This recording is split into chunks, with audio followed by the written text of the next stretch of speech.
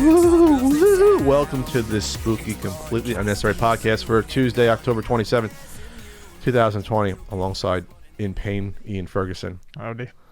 I'm painfully obnoxious Pat Contry. On the show today, we'll be talking about lots of good stuff. Should Nintendo abandon the Switch? Yes, absolutely. PS2 20th anniversary. Quibi might be shutting down. We will be shutting down. It is shutting down. And a Q&A. First, we got wares. We got stuff. We got stuff to give the trick-or-treaters. We got enamel pins.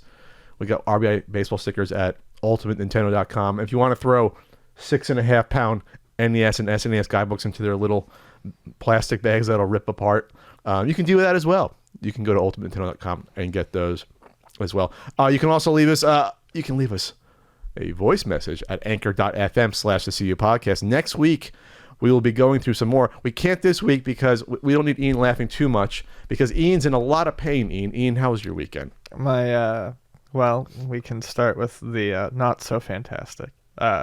Dentist appointment yesterday. Had 2 teeth extracted and 2 bone grafts done.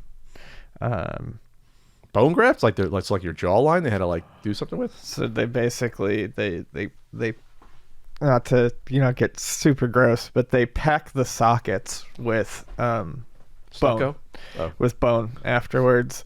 That basically, so if you get a tooth extracted, your body will absorb whatever bone is left in there, and it just goes away. Your body's like, I don't need this anymore. So if you want to get implants done, which I will probably have done at some point, although they're expensive, so it won't be for a few years, you need to have a bone graft done. Otherwise, there's nothing to nail it down to. Yeah, nothing to affix the implant to. So yeah, it's weird too. They draw your blood first, and they spin it in a centrifuge, and they take the separated platelet stuff off, and it's gross. I saw them do it. It's like a fucking globule. And then they press it down and extract all the moisture from it. And they use that platelet-rich fibrin, they call it, as like a membrane over the top of the bone graft because it helps accelerate the growth of the bone. Wow, they've come a long way with tooth technology like this probably the past 10 years or so. They sure as fuck have. I've got platelet membranes. I've got Teflon in here right now. Teflon? There's a Teflon membrane over the top of it. I didn't know that when they took shit out of my mouth. It was just like, all right, here you go. Here's an aspirin. Get the hell out. Yeah. So that was fun. Other than that, though, Vonnie and I have been catching up on Adventure Time. We were really into Adventure Time when it first came out, and we stopped, I think, just after the 5th season. And I don't know, just flipping through stuff to watch, we decided to start, to pick it back up. The show ended, I think, sometime last year. And I don't know why I stopped. That show is, it was everywhere for a while, and it was kind of annoying hearing people constantly quote it and stuff like that. But it's a good show. It's creative, and they really kind of let the team do whatever the hell they wanted with it later. So it's been a lot of fun catching up on that. But yeah, that's pretty much been my weekend. I ate half a pint of ice cream for dinner last night. What flavor? It's a new one that Ben & Jerry's is doing called Peanut Butter World. Oh. It's milk chocolate ice cream with a peanut butter swirl. But they've got a new type of swirl at Ben & Jerry's that they've put in some of them. A chocolate cookie swirl. And you know those double chocolate cookies? They basically... Like a chocolate cookie with a chocolate...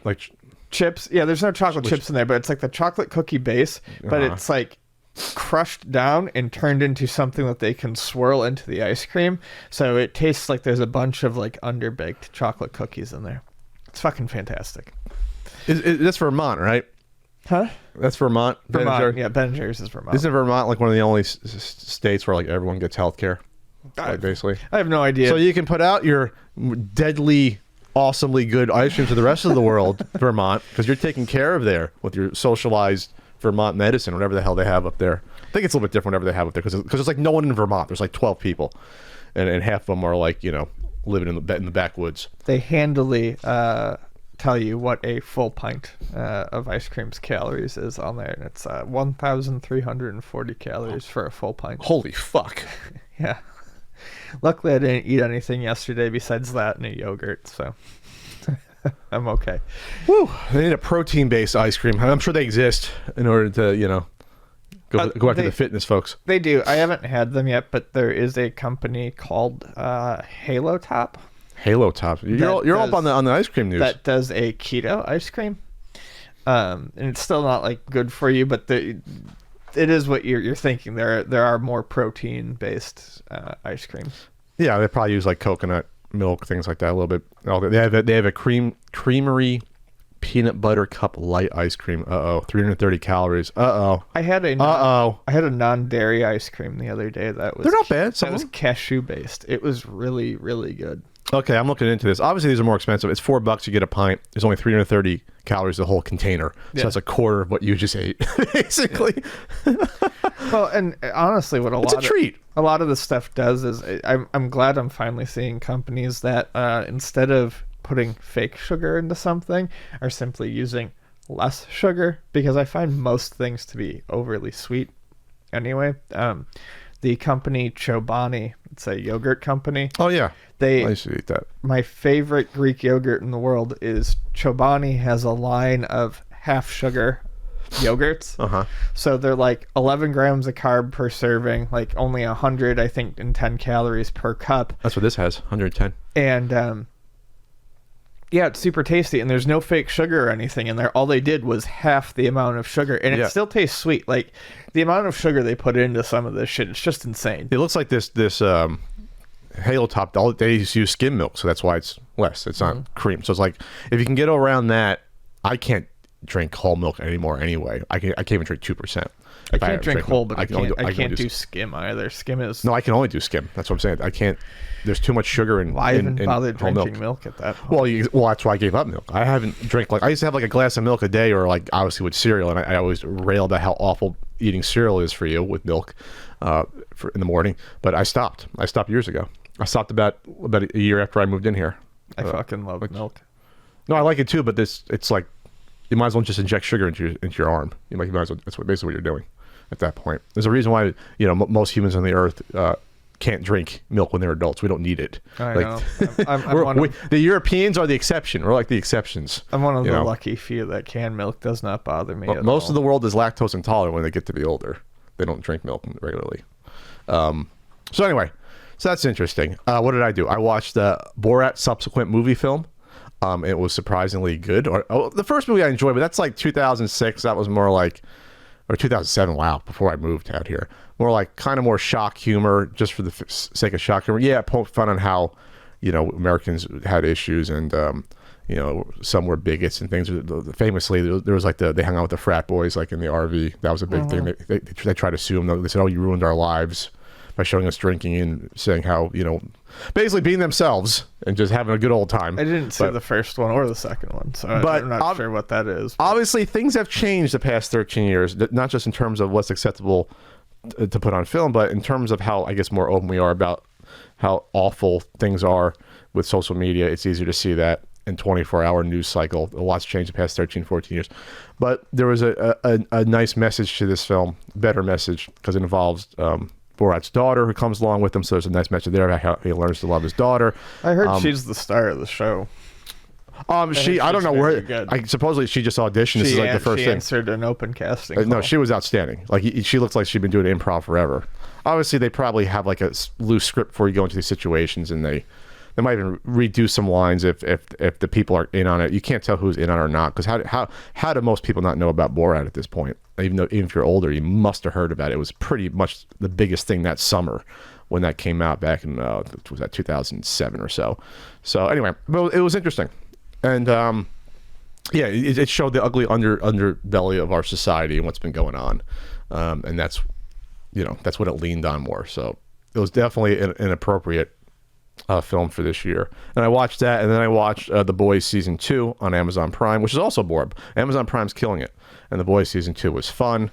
The Boys is like the goriest thing you've ever seen. It's gorier than a horror movie. How much gore? It's basically like the closest thing you'll ever get to like a modernized Watchmen. I know they did the Watchmen series, but I mean, like, this really takes that the message to a cartoonish level in how they show about superheroes, if they exist, and what they might really be like, and they're all psychologically damaged and they abuse their powers and all the collateral damage and the corporations taking it over. And Watchmen touches on that stuff.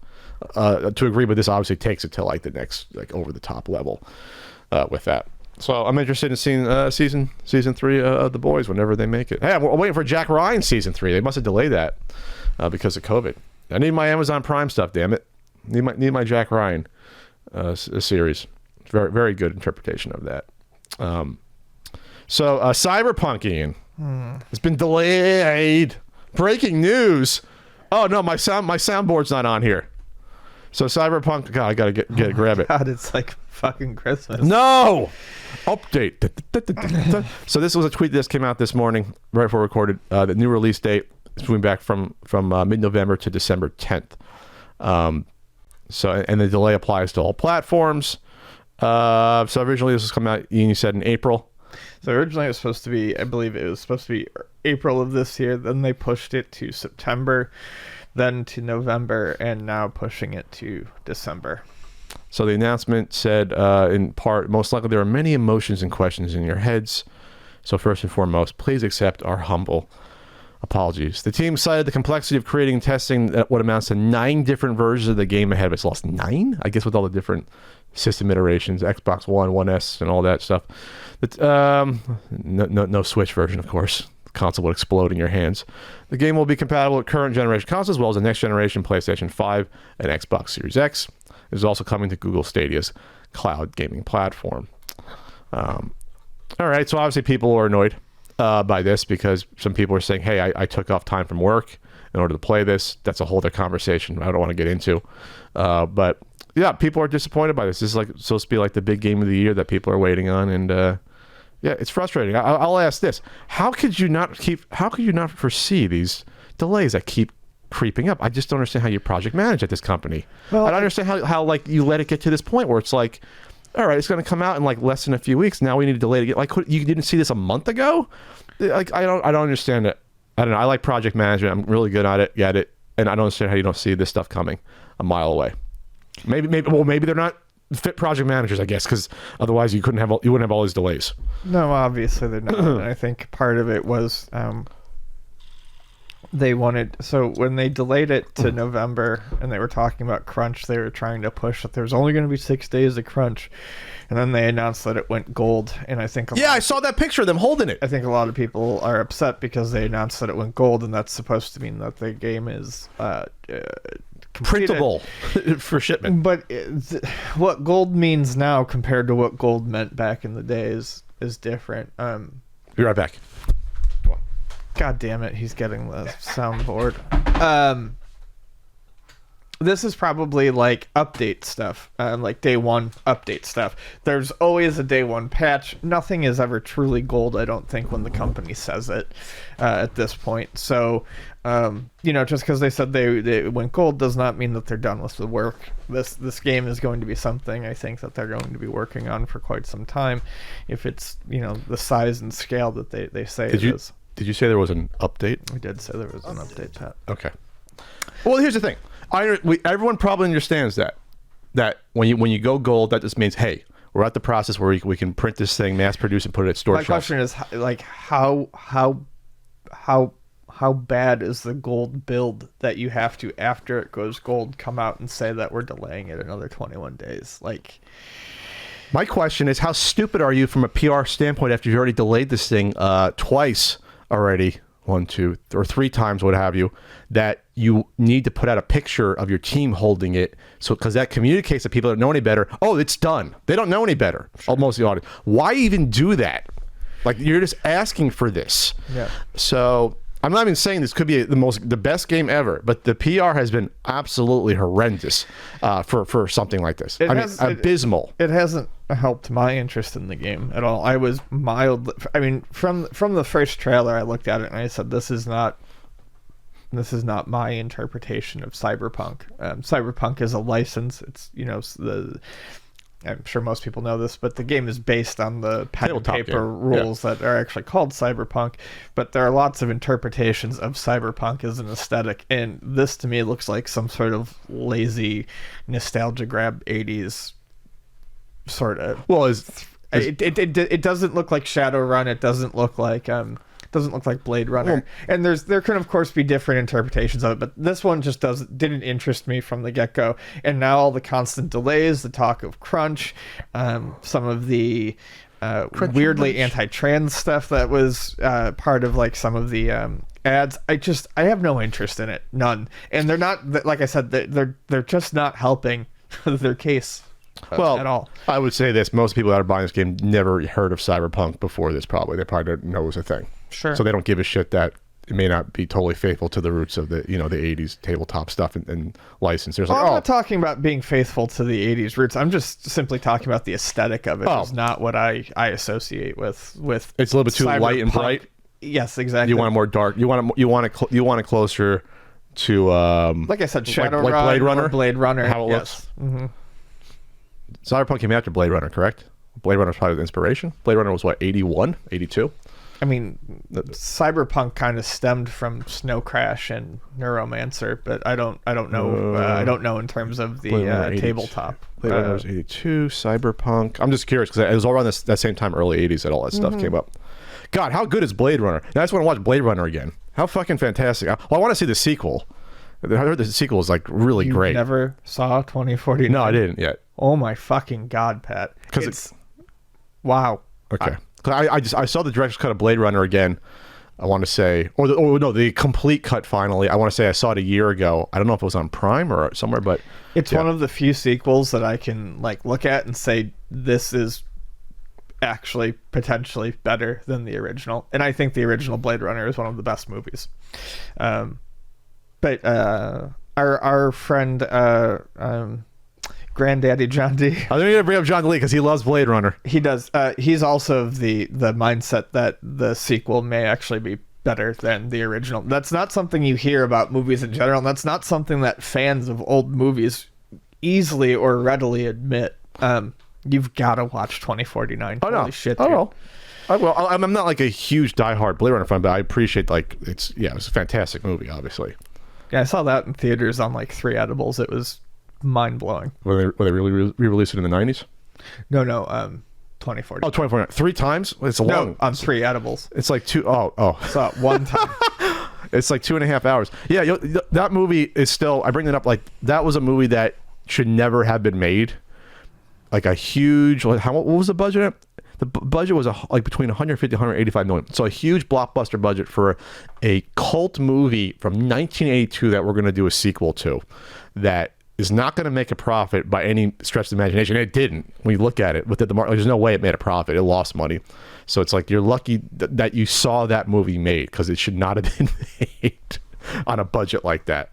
So yeah, I'll check it out at some point. I want to see old replicant man, spoilers, Harrison Ford. Come in. So good. To that.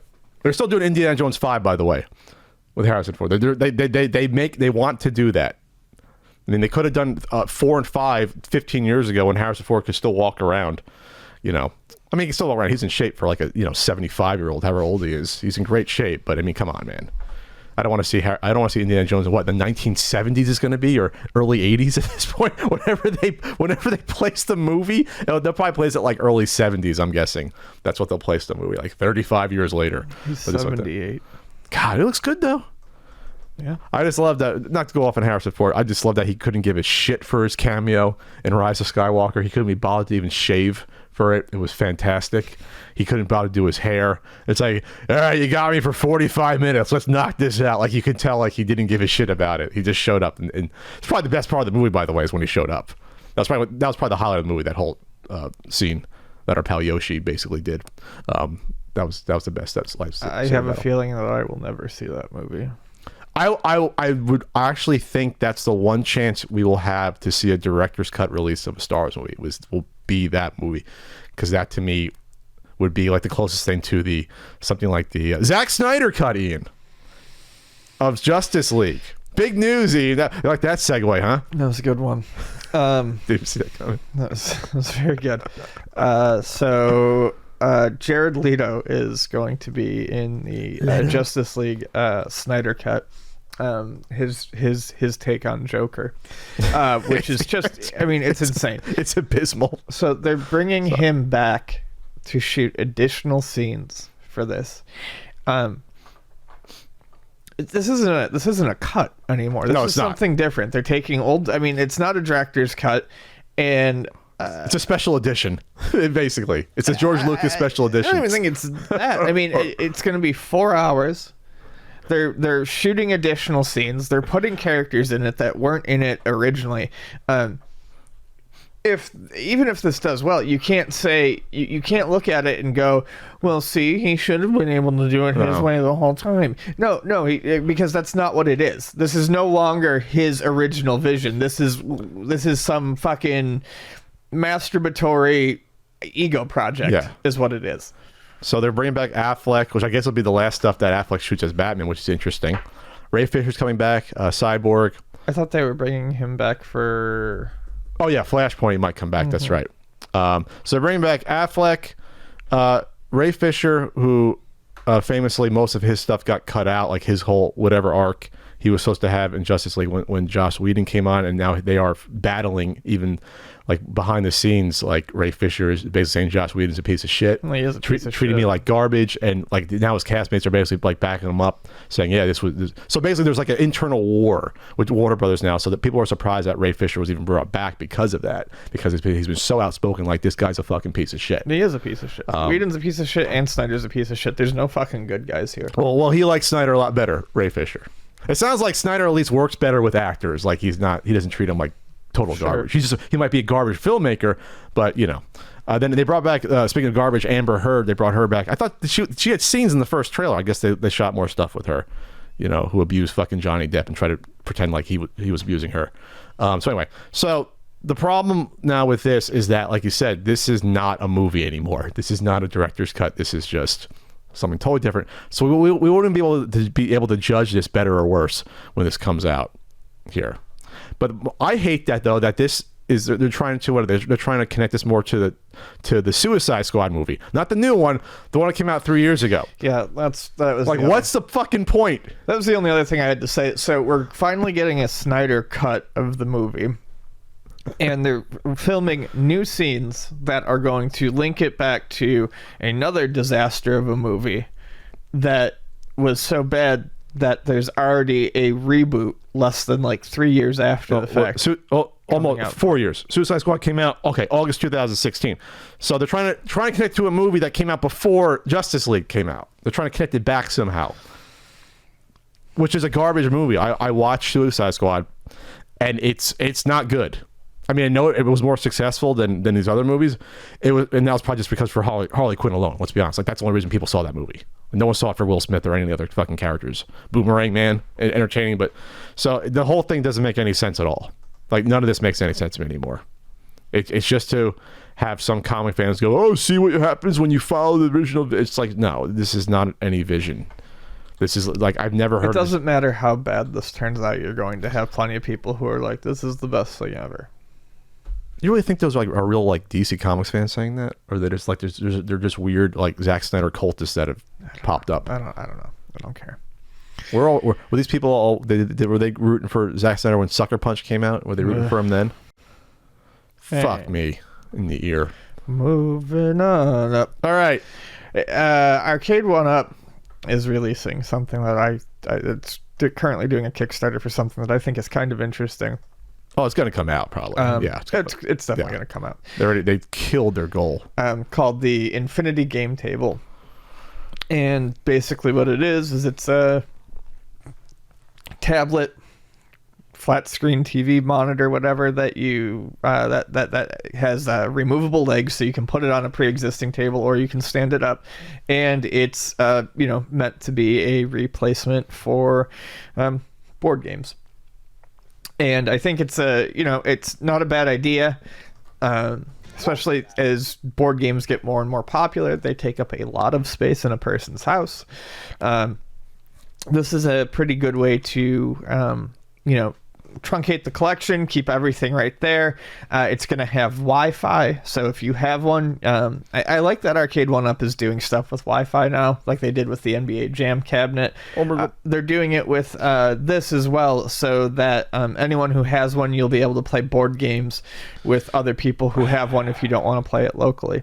I think it's a great idea. Unfortunately, I don't think the games that come with it are particularly fantastic. It's going to cost you... There's a 24-inch table and a 36-inch table. Mm-hmm. And I think they're like... Excuse me, 32-inch. They're 400 and 600? Let's see. Well, the MSRP for the 24-inch is going to be $600. You get $100 off on the Kickstart, $500. And then the 32-inch... is going to be MSRP $800. You get it for $700. So there's a $200 difference between the two. I'm guessing if you're going to shell out that much money, you're going to fucking go for the bigger one, because that's the pat math. That's like 50% bigger screen, 32 to 24 inch. That's a lot more space. 24 inch screen is not that big to justify a fucking table. A 24 screen is not that big. It'll be interesting to see how supported this is. Obviously, the games that are... I think it's a good idea, but the games that are on it are going to be what sells it. So they got licenses. They got like Monopoly on this. They got like Connect 4, Hungry Hippos, Trouble. So they got the class Scrabble. Unfortunately, what you get free access to is the collection of Hasbro games. And if you enjoy that sort of stuff, it's not a knock against you, but it's not what I enjoy. It's all the the Candyland, the luck based stuff, Chutes and Ladders, Yahtzee, Monopoly, which I hate. So I would love to see something like this, generic chess that had like native support for like Roll20, which is like an online D&D sort of what's the word I'm looking for? It's like a website that lets you play D&D online and it displays maps. I think there's a lot of potential use for something like this when it comes to board games. I just don't think it's being fully realized with Hasbro family games. Is your mind changed when I tell you it comes with Moncala, our favorite new game? I do love Moncala. From Clubhouse 51 Games Worldwide. Very good game. Very fun game. Okay, it has tactile some sort of force feedback. No monthly subscriptions. There's 2 speakers on it. Will impact water resistant. It better damn be for $700. Portable design. I guess if you take the legs off, you can put a carrying case, whatever. And 50 plus games, and then I'm sure they'll have you be able to fucking buy new ones eventually. I'm sure that's part of the business model of this. Mm-hmm. I'm sure it is. This is a lot of money. This is definitely a luxury item. That's the thing. Very much a luxury item. If this was like, and I'm not saying that they should have been able to get to this price, but if this was like $300 for like the bigger model, I'd totally be interested in it. But I can't justify fucking $800 on something like this. $700 right now, but $800 once it's out for the bigger one. Yeah, you know what I'm saying. You said if it was $300 for those, if it was small one, even for the small one, I might be more interested in it. But yeah, I just think here's the thing. I think it's a good idea, but the price, it's too expensive. And if this was, like I said, if this had good integration with something like D&D or like the more complicated Euro style board games, like the ones with the thick rule books and shit like that, it would probably be a value proposition, because a lot of those games are fairly expensive. They can cost $50 to $100 depending on how many pieces. But most of these games don't cost you anything. That's exactly it. The games that are being included in here, the Hasbro Family Game Night stuff, is stuff that you can go and find at any garage sale for $5. Or a flea market. Like you can buy Sorry, the giveaway, Yahtzee. I think my parents will have theirs from like 1960. It's that old. Battleship. And a lot of this stuff is simple. It's like play a tic-tac-toe game, Sudoku. This is stuff that you can play on your phone for free. Like now you're getting into how many games really are you replacing here? You're not replacing 50 games. Maybe you're replacing like 20 or 25, and then the value proposition drops. When you look at something like Clubhouse Games, there's a coloring book thing. When you look at something like Clubhouse Games, you go, okay, I'm never going to play all 40 of these games, but it's costing you $40, and even if you're playing 5 of those games, okay, you can make that you can be like, yeah, this is worth it, especially with online play and stuff like that. You can't make the same comparison to something that's $800. Like all of these games would have to be something that you would play regularly. Sure. You don't know how much they're going to charge for, like you said, if they got a D&D license, how much are they going to charge you for that? So the interesting stuff that could potentially happen to this would be more money. Apparently, this sort of thing was attempted to a few years back, not by them, but I never heard of them. But an article that was talking about this talked about, I think they were called like living room PCs or coffee table PCs that basically were that were essentially trying to do this. And back then, they were even more expensive. They were like 1,500, up to 2,000. So this is cheaper, but it's still not cheap enough to make this something that I can see a lot of people buying. How are you going to hide your part of the board? Is this going to come with little cardboard things to put up for Battleship? Or because they list Texas Hold'em, how am I not going to see your cards? I would imagine that you'd probably just use some sort of divider. When it gets to that weird point, just do it the normal way. Get a pack of cards. No, right. Exactly. For games that cheap, let's put it this way. Yes, it's cool that you're including tic-tac-toe, the simplest game ever, or chess, but I'm not spending $600 to play chess on a big fucking luxury item board. It doesn't make any sense anymore. There are lots of games that would benefit from something like this, that would benefit from losing the setup and breakdown. But as far as I can see, none of those games are what's being supported. So I think it's, like I said, I think it's a good idea, but I don't think they're going after the types of games that would truly benefit from this. I see this, to me, as this is your smartphone just blowing up. That's exactly what it is. Just blow up your smartphone, because a lot of I guarantee just about all the games that are included here. So I'm not poo-pooing this idea entirely, but for the price that they're asking, wow, you got to love playing these board games. I mean, really love playing these board games. You got to love playing Trouble or playing Hungry Hippos. Isn't part of the fun of these board games is the tactile feedback on Hungry Hippos, that you hit the thing and the marbles go in the mouth?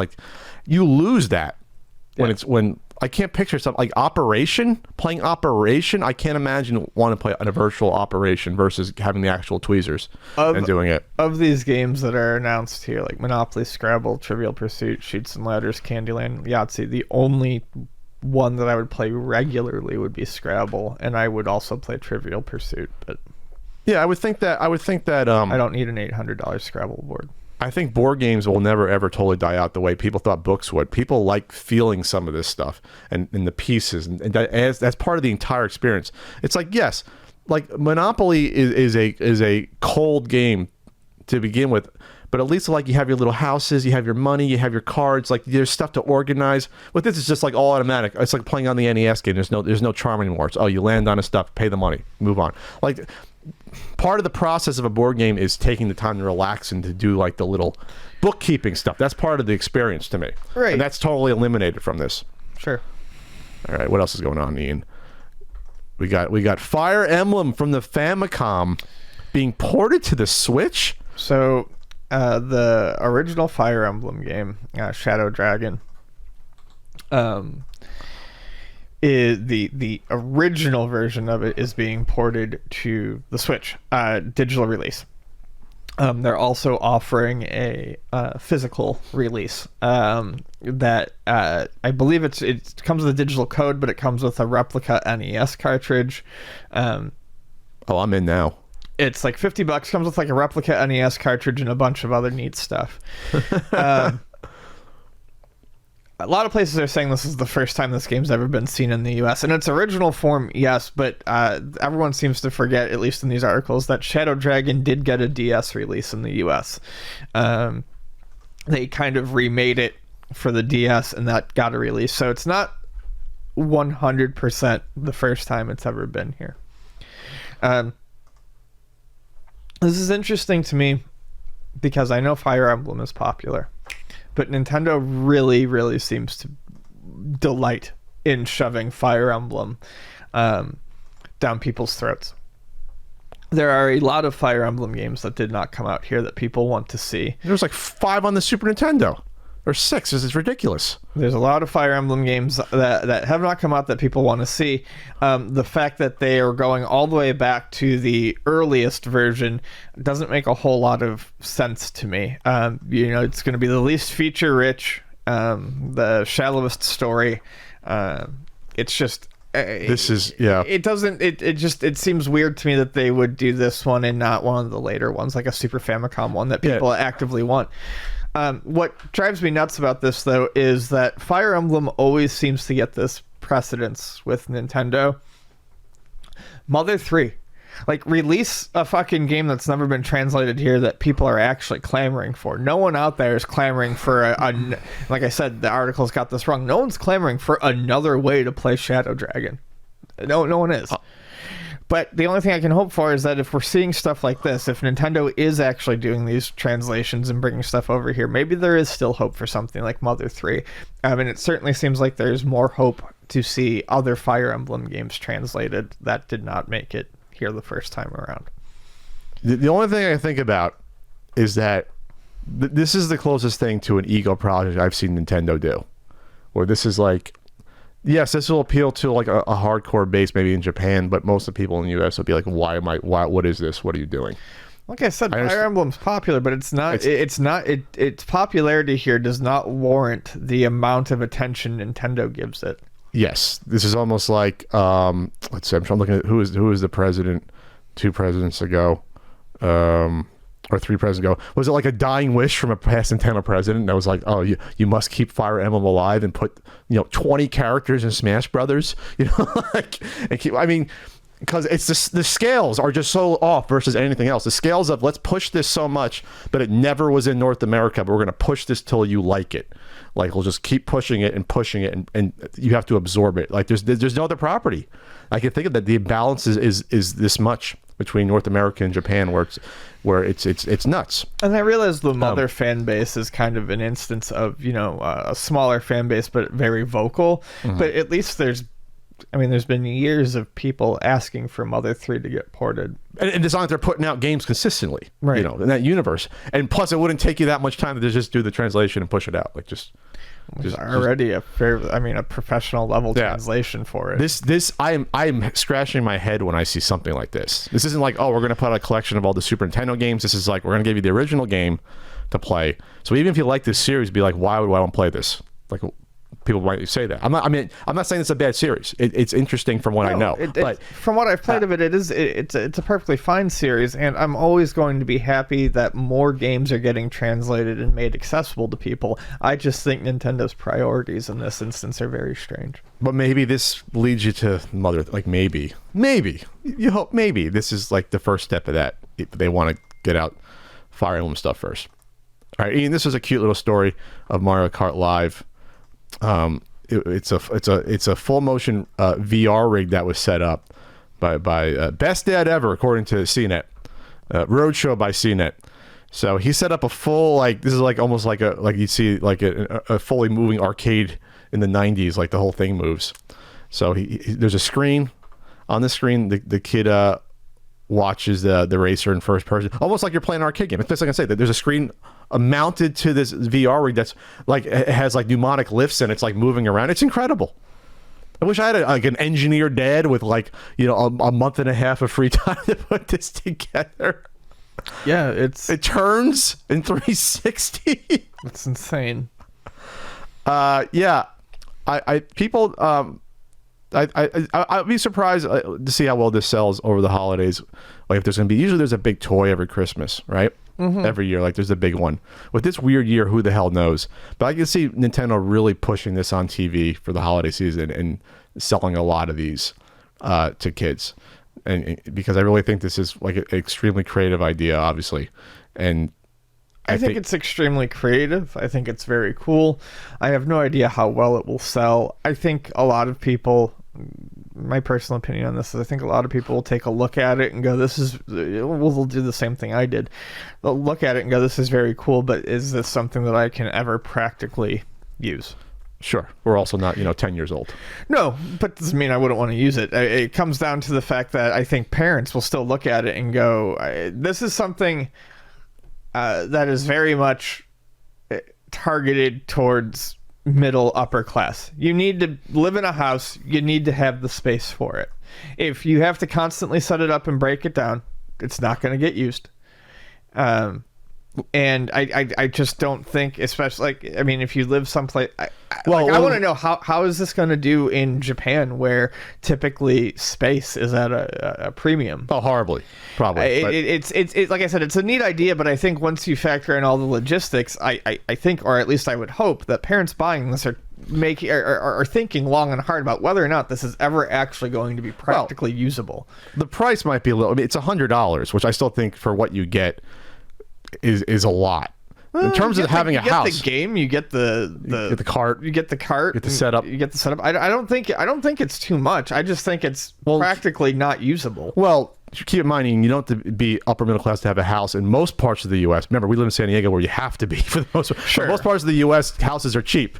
You know, you'll have the space. But no, it's $100. But then you have to make sure, like, well, does my sister get one, or my brother?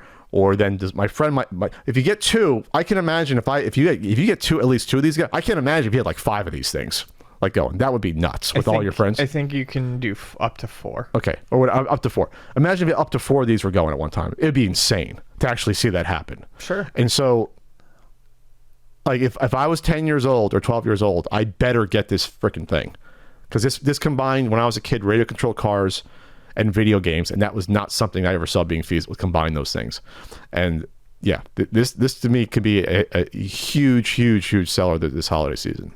Hell, if people were spending $200 on fucking Tickle Me Elmos that fell off the back of a truck 20 years ago, they're gonna buy it for your kid. They'll spend $100. It's not unreasonable in 2020 to spend $100 on your kid. It isn't. No. So let's see. I wonder if these will be sold at Home Circuit. Are these available right now? Like, can I get this on Amazon? I almost feel like buying one for myself around Christmas.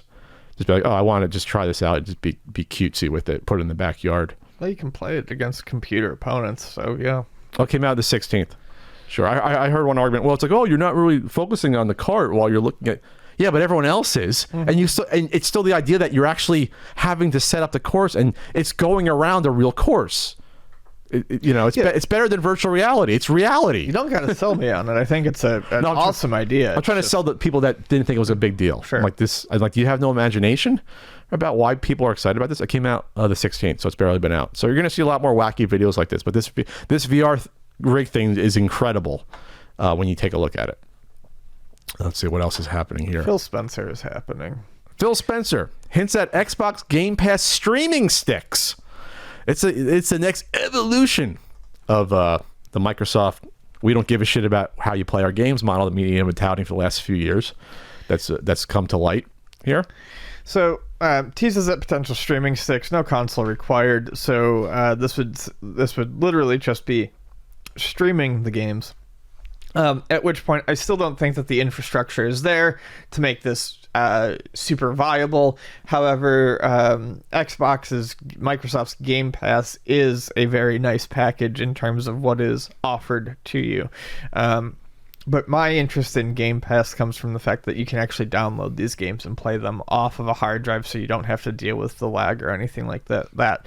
As much as I don't think that this would be particularly a great way to play games, I do think that it would probably be more popular than Stadia. Oh, absolutely.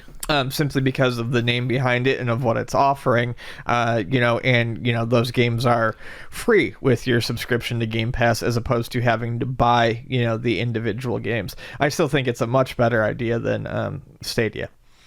Yeah, they and who knows how many other studios they buy out Microsoft. So then they'll be the only game in town for some of these games if they don't decide they can be anywhere else. Yeah, it's interesting because I think if they saturate the market, or at least if they get people used to the idea of, well, we're just giving you different ways to play Game Pass. That's basically at this point what we're doing. You can play it on your PC, on your tablet, on whatever Xbox Series S, Series X, Series P, Series B console you decide to buy. We don't give a shit. So here's another option. Here's this little stick to put on your TV. And we don't even care if you think it's crappy. It's just another option we're giving you. One of 10 different options you can play our games. And that's, if anyone's going to pull it off, it's them, because they're way ahead of, it seems like, on this. And Google Stadia, which we'll bring up a little bit in a second, it seems like that's going to be an afterthought more sooner than we potentially think at this point.